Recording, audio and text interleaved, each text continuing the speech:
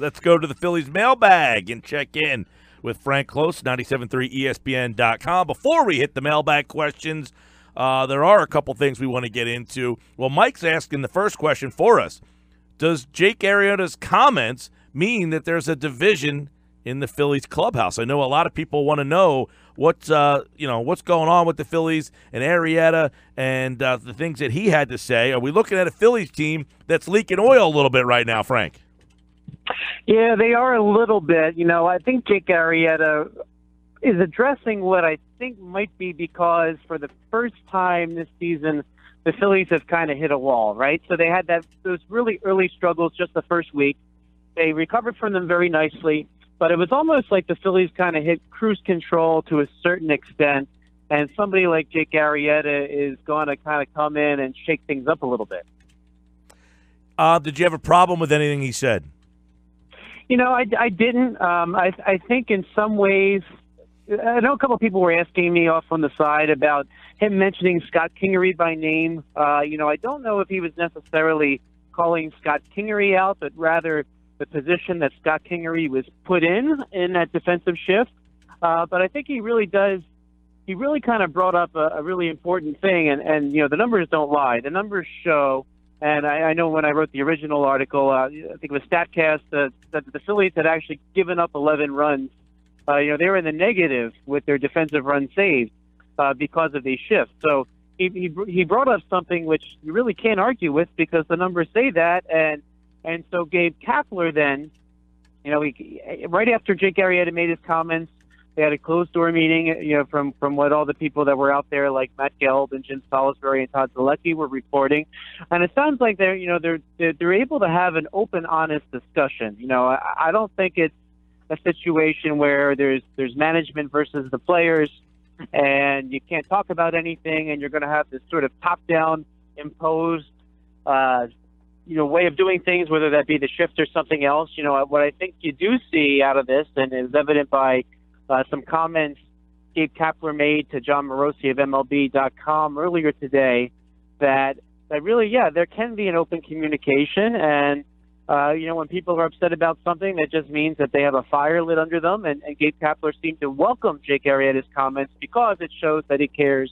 not that he is a little bit complacent with how things are going. And perhaps some players are starting to get a little complacent, which is why he made the comments to begin with.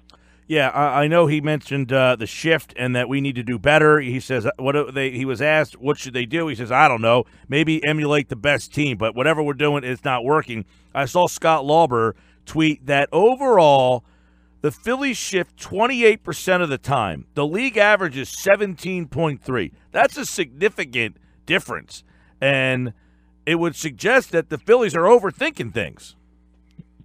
It could be. I mean, they've hired a big analytics staff to really try some things out. And, it could be a matter, too, that the people that are kind of laying out these scenarios for the Phillies do have it right. But, a player like Scott Kingery, think about Scott Kingery just to talk about him for a second, right?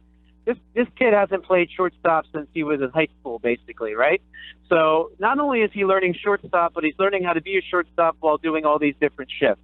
And, that's kind of a lot to ask of a rookie, if you're asking me. So perhaps it's not the idea is wrong. Perhaps the execution needs a lot more work, and that's something which isn't just going to happen overnight, especially when you've got young guys playing out of position. They do have an interesting stretch. 19 of their next 25 are against teams that would be in the playoffs, Frank, if the season ended today. There was so much talk about this stretch of games. They hadn't played a very tough schedule up to this point. So, do we feel that the Phillies are more of the team we saw in the first quarter of the season, or are they more the team that we're starting to see here in the second quarter of the season? I think what we're seeing right now, if we were to take this play over the last few weeks, you kind of go back, not just the Giants series, because even decent teams do have some blips along the way. That you get, but kind of my overall take from the last few weeks is that the Phillies are a 500 team. I think they're kind of playing like one. Now, the good news is, if you're a team like that, you have the ability to sort of turn that around really quickly, because going from a 500 team to being a wild card team is not all that hard, right? So a lot could depend on on what happens going forward, the adjustments that people are making to the major leagues, and really, too, for the Phillies right now, what guys get healthy. I mean, they are kind of playing at not full strength at the moment, so I think there's a lot to be written, but lately I thought they've been playing like a 500 team. Frank Klose with us, Phillies Mailbag Open. And Frank, you heard Mike Gill talk about him. Alec Boehm is the third overall pick, the guy out of Wichita State. And Frank in the mailbag wants to know if Alec Boehm's drafting means that Maikel Franco is going to be shown the door. Yeah, so I think there's a couple things we need to consider here in response to that particular question. First, I'm going to say that Alec Boehm is going to basically decide when he makes the major leagues, independently of Maikel Franco or anybody else, right? So, he is advanced in age, right? He is somebody who has finished 3 years of college, which kind of puts him on a faster track than somebody who's just out of high school, right? And we saw, Mickey Moniak 2 years ago. He's going to be a lot slower than Adam Hastley, who was drafted last year out of the University of Virginia, because we're seeing right now Hastley is probably further in his development than Moniak, kind of because he had that head start. And if we think back to 2013 and 2014, J.P. Crawford took him a long time to get to the major leagues coming out of 2013, while Aaron Nola was able to really make a very quick transition to the major leagues coming out of college, as he did. So I think as a college player, his timeline could be a lot sooner. It could be, even on the light side, you're still talking 2 or 3 years if things go amazingly well. I mean, not everybody's going to be Aaron Nola and be in the major leagues in 15 months, right? So I think what you're going to see is Boehm is going to do what he does in the minor leagues. He's going to work his way up. He'll probably go to Williamsport right away when that opens in June, later this month. And then you'll see him kind of maybe perhaps have an opportunity to go to Clearwater if everything is going very well. So he'll be doing his own thing. One thing, too, I think is worth mentioning, there are some questions about whether or not he's going to remain at third base. Some people peg him to possibly switch positions and become a corner outfielder or a first baseman. Although Johnny Almaraz, who's the Phillies farm director, he did say that they kind of expect him to stick at third base as of right now. But that could change, going forward. They think he is a sufficient third baseman. But there is that possibility he switches positions. Some people have likened him to Pat Burrell, who was a third baseman when the Phillies drafted him, before ultimately moving to first base and then the outfield. But then there's the matter of Maikel Franco, too. He's going to decide, too, if he belongs on the major league roster. And, several weeks ago we had a conversation, and he was kind of playing very well, and it seems like, all right, maybe finally he's the guy the Phillies hoped he would be. Well, I think it's fair to say that he's certainly regressed since then and has not shown that he's a consistent player for the Phillies. And, he might just be simply playing himself out of town on his own. And we might even see another third baseman before Boehm ever makes it up to the major league. Any idea, Frank, real quick, on what kind of draft this was? I know the Phillies hit the first pick in the draft, got Moniak, and he has not really been someone that we're all excited about. Do you have any? I know the baseball draft is the one, is one draft where people don't really have a whole heck of a lot of, advanced knowledge of, just covering the major league team day to day. But was this supposed to be, you have the third pick in the draft in any kind of sport? You would think, I'm going to get a player that's going to help my organization. And, the one thing about the baseball draft is in recent years, we have seen the draft be important, for the Astros, for the Cubs. These teams are hitting on players in the draft. So was this supposedly a year to have a high pick?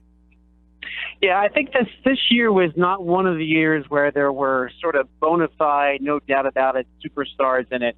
The years that Bryce Harper was drafted, the years that Chris Bryant was drafted, and Carlos Correa, you kind of knew for some of these players that they were going to be superstars in the major leagues, and people were kind of salivating over the opportunity to draft somebody. I think one of the reasons that this particular draft was so quiet is that there really was no real leader of the pack where somebody would say, this is a can't-miss prospect. I want to be the team that gets them. And that's why you don't see tanking in baseball the way that you do in other sports, perhaps. Because you're really not necessarily guaranteed a superstar every year in the draft. Now, what this draft kind of was, we saw the first several picks all from the college level. So it seemed like there were a lot of very, very good college players who have the potential to be solid, regular major leaguers. But there really is no stud that every team wishes they could get. And when the Phillies got Moniak, I mean, that was not a particularly strong draft either. So the Phillies' approach when they got Moniak was, all right, we've got this 18-year-old. He's graduating high school. He's got a lot of talent. Let's see what we can do with it over the next few years. Now, I think Bohm is going to be somebody that has the potential to be up in a few years, that does have a lot of talent. There are some people that really do believe that he could be a starter in the major leagues with a bat that's towards the middle of the order. But drop, no doubt about it, superstars, I don't think this draft had any of those. Frank Klose with us, Phillies Mailbag Open. Frank, the Phillies' offensive drought is pretty obvious to see. One run in their last 29 innings, dating back to last Thursday's win over the Dodgers. It came off of Jake Arrieta's bat, and they're just averaging 2.5 runs per game in the last 12 games. TJ wants to know, what would you do, Frank Klose, to get that Phillies offense going? Yeah, this is a really tough question to answer right now because, if you're the Phillies, you still have a lot of these young players that need development time. You need the people like Maikel Franco to sort of, as we just said a moment ago, write their future for the franchise. And really, when you were relying simply on Cesar Hernandez and Odubel Herrera to give you all the offense, that seemed to have been the way for a few weeks there. Eventually, guys like that are tired, and they've got big names from their lineup on the disabled list. We talked about having Scott Kingery and giving them some depth, and having Nick Williams kind of not as like the fourth outfielder, gives them some great depth. Well, when Rhys Hoskins is on the disabled list and J.P. Crawford is on the disabled list, and even your best sub in Pedro Florimon is on the disabled list, now you have Kingery playing every day, you have Williams playing every day, and everybody that you would have given a break to has to play every day, right? Mitch Walding is, as we saw, he struck out in his first 6 major league at-bats, right? We know he might be a little ahead of his time. Dylan Cousins, he came up with a lot of question marks, right? So you've kind of got yourself in a situation now where you're pretty thin. And outside of getting somebody from another organization, which this isn't really the time of the year for that to happen, right? Discussions about trades for a veteran bat, that would be happening later on at the trade deadline as people are looking to make some moves, right? But that conversation isn't there yet until you really finish June and you really finish July. So right now, I think this is just a focus on the fundamentals with the guys that you have, and really trying to maximize everything you can get out of the ones that you have that are healthy. Trying to keep their confidence up when things are starting to go wrong a little bit, right? Scott Kingery, like as we said, even defensively, they've asked a lot of Scott Kingery. And really offensively, they're starting to have to expect a lot from Scott Kingery. So to really just kind of focus on the guys you have, try to get everything you can out of them. And then at the end of July, you kind of look at your health and where there are holes, and then you see what kind of bat might help you, as you move forward at the trade deadline. But really, it's really not time to have those discussions yet. And hopefully the Phillies will get J.P. Crawford back really soon. I haven't heard any news today yet, but it sounds like he could be rejoining the club soon. And then, you add him back into the mix, you take Mitch Walding out. That gives you some more options, and it gives the option for Scott Kingery to play some outfield and bat right-handed. So hopefully they'll get some of these guys healthy soon. Rhys Hoskins should be back from his broken jaw. On the sooner end of things, no, it's not going to be quick necessarily, but you really just got to focus on getting the most out of the guys you have right now that are healthy. Yeah, by the way, J.P. Crawford was moved from Clearwater to Lehigh, and he's going to play there a couple of games before he's ready to come up. And that was about an hour or so ago. Sports Bash Live, 97.3 ESPN. You can always send Frank mailbag questions at Frank Klose with a K on Twitter, and listen to see if he answers your questions here on the Sports Bash. Thanks, Frank. Thanks, guys.